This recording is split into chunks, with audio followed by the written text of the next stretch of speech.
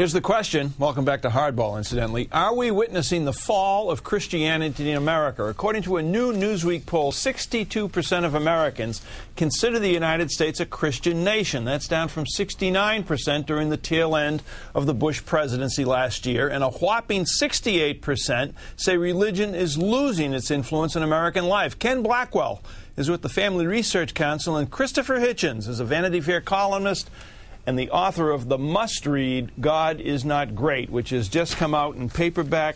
Christopher, let's start with you. Let me ask you a question. What does it mean, if anything, when people refer to the United States of America as a Christian nation?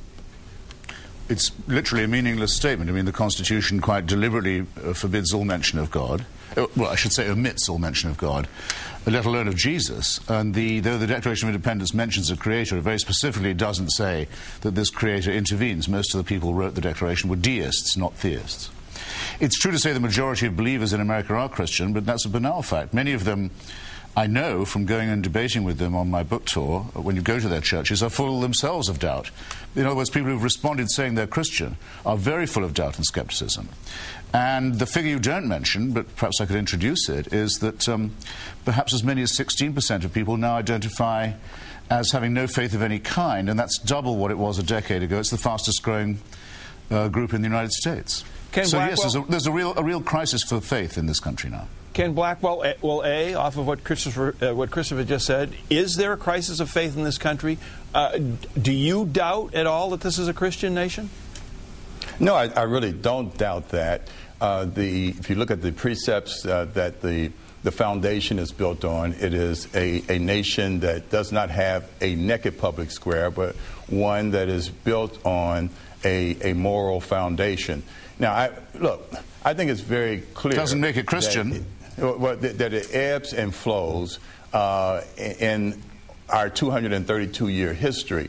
But from George Washington and Abraham Lincoln to our latter-day presidents, there has been a fundamental understanding that it is that moral foundation based on Judeo-Christian precepts. Christopher wrong, Hitchens. I'm afraid. It's just flat out wrong. It's based on what Thomas Jefferson called a wall of separation between politics and religion. When the people of Danbury, when the Baptists of Danbury, Connecticut, wrote to him asking for protection, they were asking for protection from whom, Mr. Blackwell? Do you remember? Well, listen. From the Congregationalists of Danbury, Connecticut, who didn't consider them to be real Americans. Christopher, can I have a word in edgewise?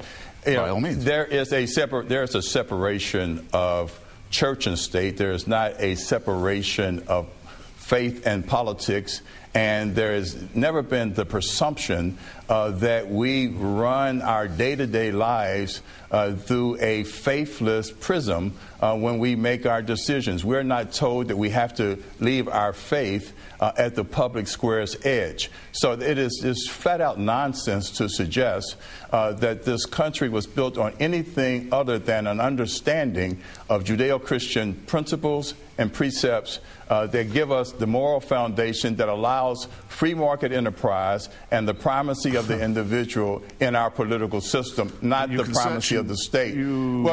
Search in vain through the First Amendment of the Constitution to find any such reference. So why don't you try checking out Thomas Jefferson's version of the New Testament, for example, where he cuts out all references to the divinity of Jesus.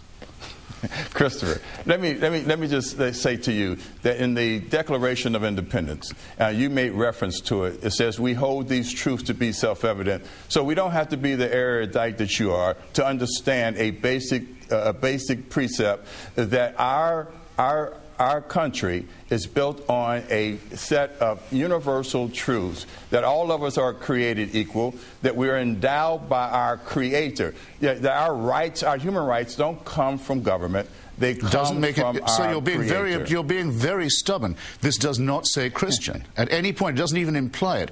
The person who put in the word self-evident on that committee was Benjamin Franklin, who was undoubtedly an atheist. The main drafter of the Declaration, Thomas Jefferson, was by no means a Christian. George Washington wouldn't take communion. It's all true. Let me just ask you, Christopher, do you think that the founders and the Pilgrims were not Christians?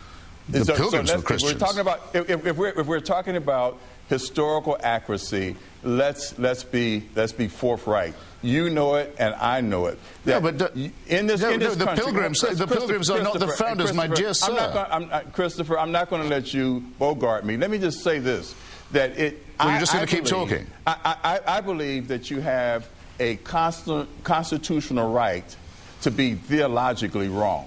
And I will defend. I don't your require right your to permission. I don't require your permission. I will defend your That's right the whole to be point. theologically. I will defend your right to be theologically wrong. But actually, I don't have a constitutional right to that.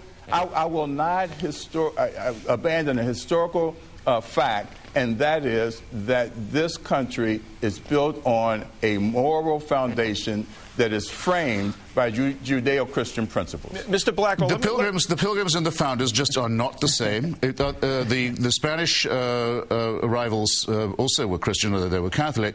Before there was a United States of America, the United States of America's founding documents are secular. If you don't know that, you don't know anything. Let's update it. Let's update it a bit, Mr. Blackwell. Let me ask you: do you think, over the course of the last 10 years or so, the injection of so many preachers, let's say, ministers into politics, largely from the right-hand side of the dial, and on the left-hand side of the dial, so many Catholics becoming greatly upset with the sexual abuse scandal in the Catholic Church, do you think that has damaged people of faith in this country? Let's not use the word Christian. Do you think people have less faith in their religious institutions today as a result of the injection of too many public people and too many public events, sordid events, into the body politic?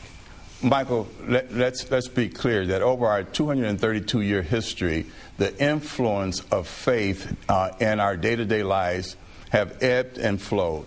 And the reality is that in 1981, everybody was saying that the church was irrelevant, Christianity was dead, and we then saw 25 years of an influential church and an expansion of faith.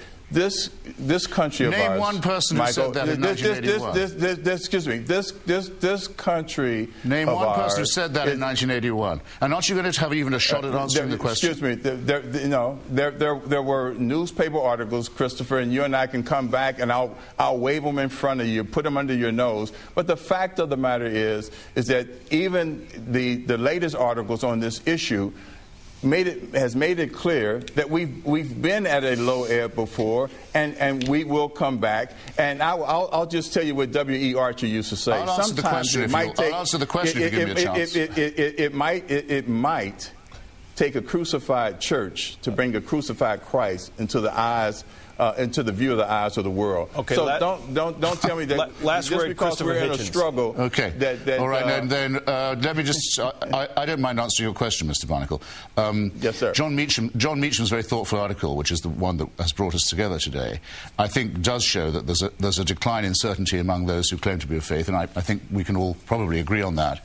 The one thing he didn't mention that I think he should have done or should have stressed more is another very important, salient, recent change, namely our worst enemy in the world, the one that most seeks to destroy us, is very obviously a faith-based one. And when people look around the world and they see the amount of theocratic bullying and sabotage going on, and murder and sadism conducted by the parties of God, it's not as simple as it used to be when the right wing could say, well, our enemy is godless communism. Now our enemy is the most godly imaginable group. Christopher Hitchens, God is Not Great, out in paperback. Ken Blackwell, thanks very much. We appreciate it.